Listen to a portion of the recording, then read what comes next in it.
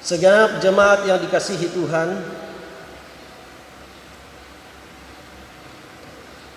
hari ini kita bersama-sama diperhadapkan dengan tema taat walau perih, taat walau sulit, taat walau sakit. Ada pepatah mengatakan dalam bahasa Inggris, "It is easy to say, but to do is difficult." Atau to say is easy, to do is difficult. And not only difficult, very very difficult. Mengatakannya gampang, melakukannya sangat sulit. Taat mengatakannya gampang, tetapi kalau konsekuensinya membuat kita sulit, membuat kita sakit, perih, apakah kita masih melakukannya? Ketaatan kita dituntut oleh apa kata firman. Keyakinan kita akan firman Tuhan. Apa kata Tuhan yang sepatutnya kita lakukan? Juga ketaatan kita dituntut karena kita adalah warga negara. Negara ini ada karena kesepakatan bersama, dan negara ini bisa dijalankan karena ada aturan, ada hukum. Dan setiap warga negara patut menjunjung tinggi hukum, aturan. Dalam kehidupan kita bergereja, berjemaat, gereja Toraja, ada kesepakatan, ada hasil keputusan persidangan majelis gereja, baik itu di lingkup jemaat, klasis, wilayah, sinode. Dan gereja ini ada karena komitmen bersama bahwa kita berpegang kepada keputusan bersama, dan itu yang membuat kita tidak bercerai-berai. Di sana ketaatan dituntut. Ketaatan dituntut karena janji, karena komitmen kita. Kita berjanji, kita berkomitmen, dan orang menantikan apakah kita melakukannya. Tetapi seperti saya katakan tadi, to say is easy, to do is difficult. Sulit. Mengapa? Karena taat itu tidak nyaman. Selalu akan ada konflik kepentingan. Selalu akan ada konflik pendapat. Ada sesuatu diatur atau disepakati, tapi di hati kita berbeda.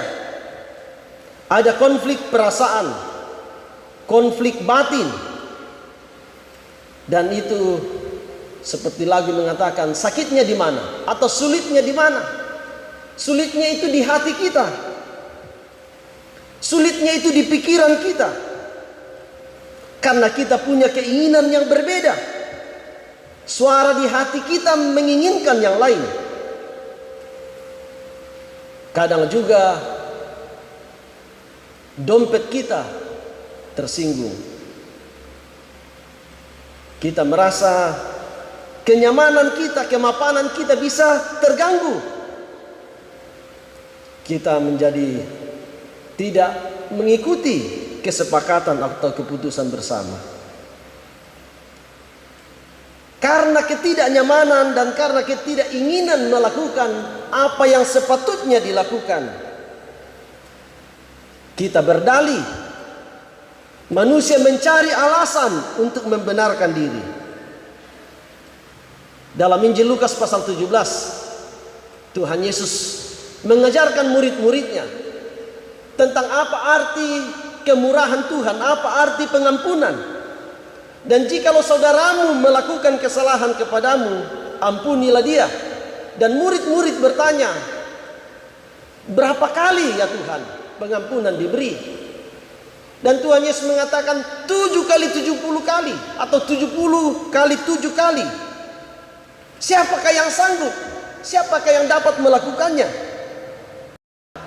Apakah soal iman yang kecil yang perlu ditambahkan, soal anggaran yang tidak cukup sehingga perlu ditambah? Tidak. It's not a matter of faith. It is a matter of obedience. Ini bukan soal iman. Ini soal ketaatan. Tuhan Yesus mengatakan, kalau engkau mempunyai iman sebesar biji sesawi saja, engkau bisa mengatakan kepada gunung itu, terbuang dan tercampaklah di laut, akan terbuang dan tercampak di sana. Tapi apakah Tuhan Yesus mau mengajarkan murid-muridnya kita melakukan sesuatu seperti sulap, pindah ke sana, atau kita mau pindahkan lagi ke mana? Bukan. Tetapi ini bentuk pengajaran Tuhan yang mau mengatakan kepada murid-muridnya, persoalanmu bukan soal iman, bukan soal besar kecil iman, bukan. Apakah kamu mau melakukannya? Apakah kita, apakah setiap orang percaya masih melihat dengan jelas diri kita ini, diri masing-masing, bahwa kita adalah hamba? Dan karena itu dalam Injil Lukas pasal 17 Tuhan Yesus melanjutkannya dengan ilustrasi seorang hamba yang pulang dari kebun, melapor kepada tuannya, "Tuan, saya sudah pulang." Dan ketika tuannya mengatakan, "Oh, masih ada waktu, lanjutkan pekerjaanmu ini dan itu," hamba ini tidak akan mengatakan, "Wah, saya protes, saya sudah kerja di kebun, masa saya tidak istirahat?" Tidak, hamba itu tidak akan protes karena dia hamba. Tuhan Yesus mengatakan hamba itu akan pergi dan melakukan seperti apa yang dikatakan tuannya. Itu yang disebut obedience, ketaatan, karena mengerti bahwa dia hamba. Kitab Yesaya pasal 50 ini berbicara tentang hamba Tuhan. Sang hamba itu yang menunjuk kepada Kristus. Dan kunci ketaatan hamba yang disebutkan dalam pasal 50 ini adalah ketaatan yang total. Ketaatan adalah kunci keberhasilan seorang hamba. Suatu yang menjadi kegagalan bagi umat Israel yang gagal taat, dan karena itu sang hamba itu harus datang. Nabi Yesaya menegaskan bahwa hamba yang dimaksudkan ketika datang, dia yang akan menyatakan dukungan, support kepada yang letih lesu. Tugas hamba itu adalah dekat dengan Tuhan. Telinganya, pendengarannya dipertajam, mau mendengar dengan seksama suara Tuhan. Sekalipun teraniaya, terancam, hamba itu akan selalu taat. Apa yang dikatakan di sini, sebagaimana yang telah dinyatakan oleh Kristus, bahwa ketaatan seorang hamba itu dikuatkan oleh kebenaran ini, bahwa Tuhan pasti menolong. Pada akhirnya Tuhan pasti melepaskan. Saudara-saudara yang dikasihi Tuhan, apa yang dikatakan Nabi Yesaya, sekalipun ini berbicara tentang apa yang dilakukan oleh Kristus, tetapi juga menjadi pengajaran dan pesan kepada kita gereja, kepada kita umat Tuhan, kepada kita hamba-hamba Tuhan. Kita dipanggil untuk hidup dalam ketaatan. Bagaimana kita melayani Tuhan dan menjadi berkat bagi sesama, bagaimana kita memuliakan Tuhan dan membawa sejahtera kepada orang di sekitar kita. Tidak ada jalan lain, yaitu hanya dalam ketaatan. Yang terakhir yang saya mau katakan, Ada setidaknya dua motivasi yang membuat seseorang dapat taat. Dua. Motivasi yang pertama yang biasa disebut punishment and reward. Punishment and reward. Seseorang mau melakukan sesuatu atau taat kepada sesuatu karena takut kepada penghukuman. Atau orang melakukan sesuatu karena ada maunya, menginginkan sesuatu. Itu yang disebut punishment and reward. Banyak orang begitu setia. Tetapi mengapa dia setia? Karena ternyata dia takut. Dia melakukannya dalam ketakutan. Takut dipukul, takut dihukum. Atau ada orang setia melakukan dan taat melakukan sesuatu karena dalam hitungannya dia sedang menantikan hadiah atau imbalan. Itu satu bentuk motivasi yang mungkin pada umumnya ada pada kita. Tetapi bukan itu yang Tuhan Yesus mau ajarkan kepada kita. Taat walaupun perih, taat walaupun sulit, bukan karena punishment and reward. Tapi bentuk motivasi yang kedua adalah karena cinta, karena kasih. Berulang kali Tuhan Yesus mengatakan dia mengasihi Bapaknya dan Bapaknya mengasihi dia, dan karena itu dia melakukan apa yang dikehendaki oleh Bapaknya.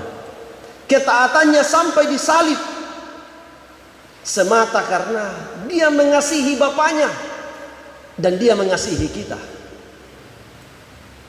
Dan berulang kali dikatakan kepada murid-muridnya, jikalau kamu mengasihi aku. Dan tentu kita warga gereja mengatakan saya mengasihi Tuhan. Tapi Tuhan Yesus mengatakan ini, jikalau kamu mengasihi aku, kamu akan tetap di dalam firman-Ku dan kamu akan melakukan firman-Ku. Jadi bagi kita orang percaya, motivasi ketaatan yang mendorong kita setia melayani Tuhan, berdoa, beribadah, melakukan apa yang baik dan benar karena kita mengasihi Tuhan. Hanya ini kuncinya. Kalau punishment and reward, akan ada waktunya orang mengatakan, nah, saya tidak mau. Saya punya cukup. Siapakah yang akan menghukum saya? Akan ada waktunya orang tidak melakukan apa yang benar. Tetapi kalau kita melakukan apa yang benar, kita taat, karena penghayatan kita akan kasih Tuhan kepada kita, kasih Kristus kepada kita, dan kita mengasihi Dia, dilihat atau tidak dilihat orang, diperhitungkan atau tidak diperhitungkan orang, dalam kesulitan, dalam penderitaan sekalipun, karena kita mengasihi Tuhan, maka kita akan taat kepada apa yang berkenan baginya. Tuhan menolong kita. Amin.